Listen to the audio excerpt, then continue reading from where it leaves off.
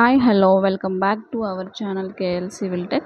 In this video, we are discussing about shear stress distribution over a circular section.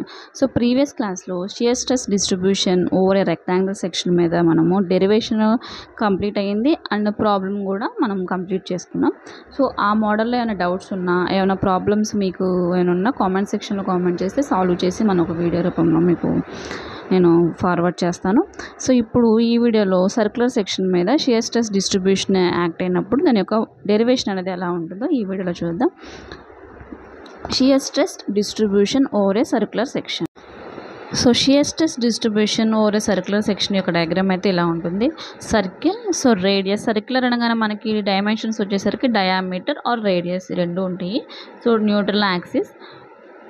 Most ఆఫ్లీ మనం ఈ కేసులో గుర్తుపెట్టుకోవాల్సింది shear stress distribution diagrams సిమిలర్గా మనకి రెక్టాంగులర్కి and సర్క్యులర్కి సిమిలర్గానే ఉండే diagrams. So shear stress distribution యొక్క diagram అయితే సర్క్యులర్ సెక్షన్కి ఈ షేప్లో ఉంటుంది. This is neutral axis. Shear stress distribution is maximum at neutral axis. మనం ఆల్రెడీ డెరివేటివ్ పార్ట్ కన్నా బిఫోర్ థియరీ పార్ట్లో మనం డిస్కస్ చేసుకున్నాం. టౌ మ్యాక్సిమం ఎక్కడ ఉంటుంది? అట్ న్యూట్రల్ యాక్సిస్ దగ్గర మనకి ఉంటుంది. సో ఎలిమెంట్ ఈఎఫ్, ఈ ఎలిమెంట్ నుంచి మనకి న్యూట్రల్ యాక్సిస్ వరకు ఉన్న distance small Y, diameter D, so ఓ half part radius R. So ఇక్కడ మనం చూసుకున్నట్లయితే circular section of a beam, circular section of a beam, D is diameter of the section, F is shear force acting on the section. F అనేది మనకి shear force. Consider level EF at a distance from the neutral axis.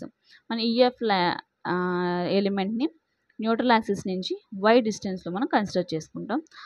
Circle యొక్క radius R, radius of the circle is R. ఇది మనకి diagram నుంచి మనం రాసుకునే theory part. So ఇప్పుడు మనం డెరివేటివ్ పార్ట్కి వెళ్ళిపోతే, so the shear stress at a distance Y from neutral axis, అంటే న్యూట్రల్ యాక్సిస్ నుంచి వై డిస్టెన్స్లో షియర్ స్ట్రెస్ ఒక ఫార్ములా ఏంటి? షియర్ స్ట్రెస్ అనగా టౌ. మనకి మోస్ట్లీ గుర్తుపెట్టుకోవాల్సింది ఈ ఫార్ములా గుర్తుపెట్టుకుంటే సరిపోతుంది. Tau equal to F by 3i D square by 4 minus Y square. Tau equal to F by 3i D square by 4 minus Y square. Okay, here I means మనకి circular section యొక్క moment of inertia formula I equal to pi by 64 D power 4. Previous caller discuss చేసుకున్న moment of inertia అంటే ఏంటి? So formulas for rectangular, circular and hollow circular, hollow rectangular, I సెక్షన్కి మనకి moment of inertia formulas అనేది already previous class discuss చేసుకున్నాం. ఒకసారి చూడండి. I equal to pi by 64 D power 4. Here D means dia of the circle. So Y డిస్టెన్స్తో మనకి shear stress calculation చేయమంటే మనం యూజ్ చేసిన ఫార్ములా ఇది. Shear stress at top and bottom layers. So already మనకి హెడ్డింగ్ చూడగానే మనకు అర్థమైపోవాలి. Definition మనం చదువుకున్నప్పుడు చెప్పుకున్నాం. Shear stress at top and bottom layers దగ్గర 0, maximum at neutral axis. Bending stress వచ్చేసరికి న్యూట్రల్ యాక్సిస్ దగ్గర బెండింగ్ స్ట్రెస్ వచ్చేసరికి న్యూట్రల్ యాక్సిస్ దగ్గర 0 ఉంటుంది. షియర్ స్ట్రెస్ వచ్చేసరికి న్యూట్రల్ యాక్సిస్ దగ్గర మ్యాక్సిమం ఉంటుంది.